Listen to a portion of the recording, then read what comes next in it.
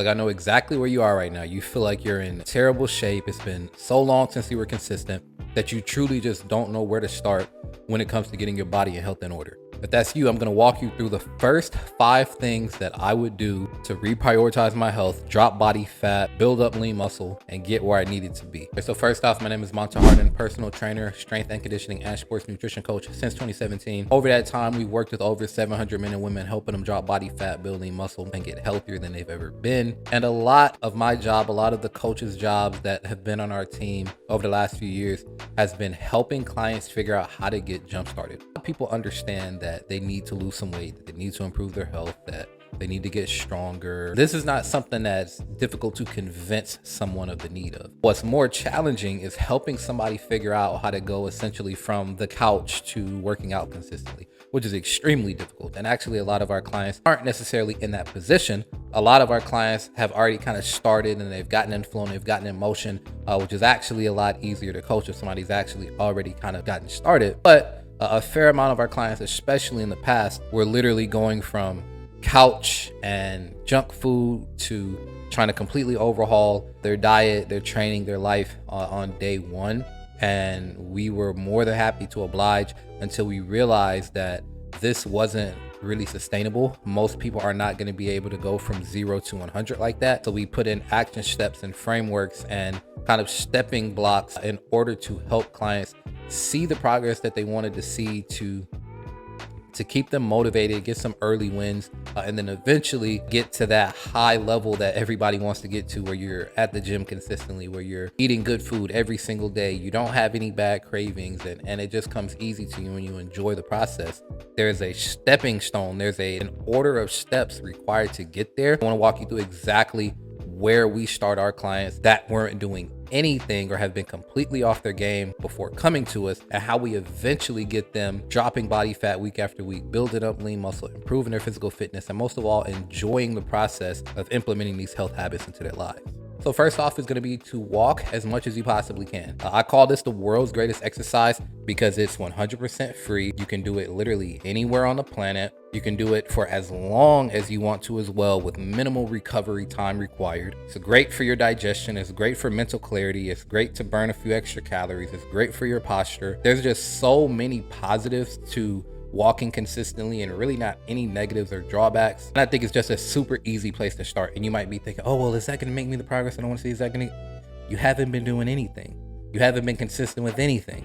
So if we can just get you consistent with walking and moving your body consistently, then we can start to build on that. That's our foundation, though. We just got to get you moving. Right now, you've been completely sedentary. So for us to get you moving is the win in itself. And then we'll assess those other things as we go. Number 2, and this might hurt your feelings, but it is what it is. All junk food and alcohol gone. So if you have snack cakes, chips, sodas, alcohol in your house, I want you literally right now, I want you to pause this video. I want you to get a big garbage bag, and I want you to just go through the pantry and throw it all out. If you say, my kids eat that, whatever, okay, cool. I want you to portion it out for your kids' snack, lunch, and maybe if they have a snack after school, I want you to portion all those out, put it in a Ziploc bag, or find some sort of way to portion it out for each individual child, and do just the amount required for maybe 2 snacks a day for them. And then I want you to throw the rest out. I know you're not going to eat all of your kids' snacks and leave them with nothing. And B, they could probably stand to eat a lot of this stuff a lot less frequently as well. But when you get the snacks out of your house, that's gonna go a long way toward avoiding that temptation. Obviously, alcohol is honestly just a net negative health-wise. Not saying that you should never drink alcohol, but if this is something that you're doing consistently and you're not exercising and you're not eating healthy and you're eating junk food, you just don't really have the right. To me, alcohol should be used pretty much solely as a celebratory kind of treat. Something that you're doing if you maybe are out on vacation, or maybe you go to a wedding or something like that. As far as it being inside like your day-to-day habits, like you get a beer or a glass of wine or rum and coke like nightly or every other night, this is something that should be reserved for somebody that in other aspects of their life, their health is completely dialed in, because we know that this isn't necessarily a healthy habit, but it's not that bad if you have everything else dialed in. If you don't have everything else dialed in and you're having an alcohol at the same time, you're just asking for obesity, high cholesterol, diabetes, heart disease, among a lot of other things. And you just, like I said, haven't really earned the right to have a nightly, every other night, or even a weekly glass of alcohol without all of the other things being in check inside your health and fitness. So get rid of the junk food, get rid of the alcohol, and stay away from it even when you're out and about. At home, you want to make that your sanctuary to where you only have good, high quality things in. But even when you're out and about, you want to get sparkling water. You want to get actual real food instead of the junk food. And this is going to go a long way without you having to think about, oh, what's a good thing to eat? Just don't get the crap. Literally, just don't. If it comes in a package and it sits on a shelf and it's not refrigerated or whatever, like, just don't get that food. Pretty simple. 3 is going to be water with every meal. So obviously this will cut down on our calories that we drink. Most people drink anywhere from 500 to 800 calories a day through juice, soda, alcohol, coffee. You know, the creamer, the sugar. Coffee in itself is a 0-calorie drink, but we tend to add a lot to it. So you can easily overconsume just in the amount of calories that you drink. So consistently having water with every meal is going to help you feel fuller for longer. It's going to hydrate you. It's going to naturally help you eat less. And it's going to replace those calorie beverages that consistently throw you over the mark, take you out of a calorie deficit and actually into a caloric surplus, which makes you eventually gain body fat. Drinking water every single meal is going to be key to getting where you want to be. Number 4, now we're getting into the good stuff, is to grab a pair of 20 to 40 pound dumbbells. This depends on your personal strength level. If you consider yourself like super weak, you haven't really ever lifted in your life, then maybe you want to start with the 20s or maybe even the 10s or 15s. But either way, just grab a single pair of dumbbells, put them in the garage or in the attic or the basement or the corner of your living room or wherever you've got some space to get some movement in. And I want you to just do 10 minutes of dumbbell exercises. You can literally look on YouTube or maybe other platforms and type in 10-minute dumbbell workout. You can type this in, just follow along with exactly what they do. And I want you to do that every day, every other day, as often as you get the opportunity to, because I want you to get used to strength training. I want you to get used to starting off weak and being stronger. And I want you to consistently show up for yourself and focus on building and prioritizing lean muscle mass, because that's going to be the way to get body fat off and keep it off. That's going to be the way to improve your overall health without focusing on losing weight as the only thing. Getting stronger is the key to being healthy. And if you can do that in short 10-minute bursts, obviously we want to eventually scale up. But if you can start at 10-minute bursts along with that walk, that'll give you a lot of the activity that you need to kind of, increase your energy levels. You're going to have enough activity to build up lean muscle, enough activity to actually feel better and feel like getting up and moving. Like, that's the thing with energy. It is cyclical. The more energy you expend, the more energy you have.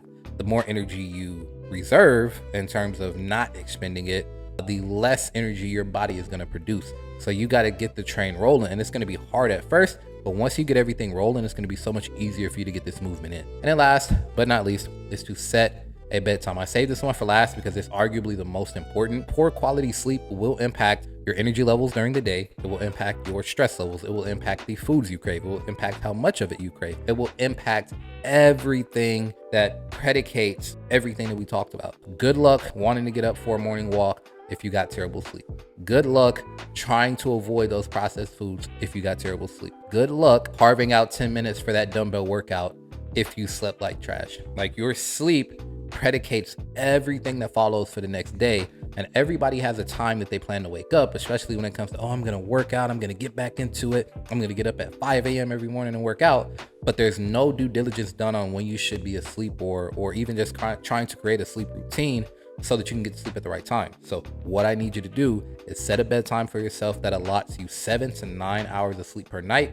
So if you need to get up at 6 a.m., then you want to set your bedtime somewhere at 9, 10, 11 o'clock so that you can get between that 7 to 9 hours of sleep that you need to fully recover, to replenish your energy stores, to regulate hormones. That way, when you wake up, it's a clean slate and your body's not having to recover from the trash sleep you got. I have a 2-year-old right now, and I understand how it is when it comes to sleeping. And I don't always get the best sleep, but I do always prioritize it every single night. And that allows me to, for at least 4 out of 7 nights, I get really good sleep, even if the other 3 nights of sleep are disjointed. And I'm not saying that this is something that's going to happen all the time for you, but if you prioritize it every night, you have much better odds of at least having a few very solid nights of sleep if you just don't think about it at all. So that is it. That's exactly where I would start. Those are the 5 things that I would do if I was in terrible shape and I was looking to get back after it without slipping a disc, pulling a muscle, without burning out, and doing something that I can actually sustain and build off of. That's the most important thing. The journey is so much psychological just as it is physical. And if you are actually implementing steps and processes in your health and fitness that you feel you can sustain, it's going to make it much more likely that you'll show up tomorrow and do it again. And then you'll show up tomorrow and do it again.